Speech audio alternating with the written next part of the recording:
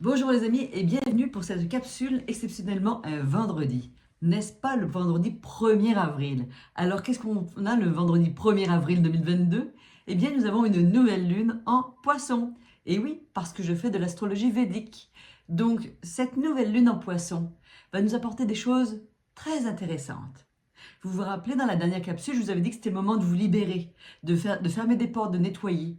Eh bien, cette nouvelle lune en poisson est conjointe à Mercure et dans le fond, elle va nous donner cette possibilité de nous élever spirituellement, maintenant que nous avons bien fermé. Mais elle va nous permettre aussi de guérir certaines blessures qui étaient assez profondes. Donc c'était un bon moment, je pense, pour travailler par exemple avec le Ho'oponopono, de façon à nettoyer, nettoyer, nettoyer. Parce que le poisson, ça peut être effectivement la perte, mais c'est aussi l'illumination.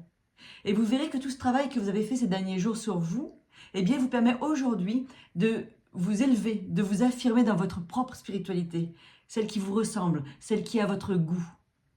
Donc, c'est une super belle journée pour nous tous.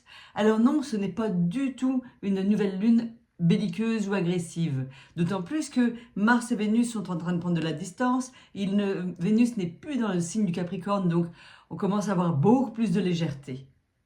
Mercure, qui est conjoint à cette lune, et puis au soleil évidemment, nous donne également en poisson une très bonne et très fine intuition. Par contre, parfois, dans notre raisonnement, on pourrait être un petit peu incohérent, avoir un raisonnement un petit peu qui manquerait peut-être un petit peu de discernement.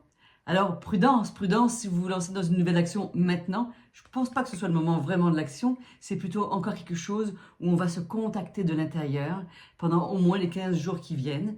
Parce qu'après, quand on va arriver en bélier, on va se mettre en action.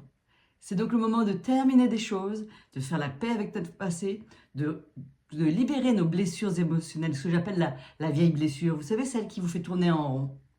Donc, c'est vraiment une période exceptionnelle et beaucoup plus douce qu'on pourrait l'imaginer. Alors, je ne vous parlerai pas de guérilla en ce moment parce que je pense que c'est l'inverse. La paix s'installe dans votre cœur. C'est ce que je vous souhaite en tout cas. Je vous retrouve très bientôt, lundi prochain, pour les énergies astrales de la semaine. Et en attendant, je vous souhaite une belle nouvelle lune. Pensez à méditer et à faire quelques vœux pour votre avenir. Et puis un bon week-end. À bientôt.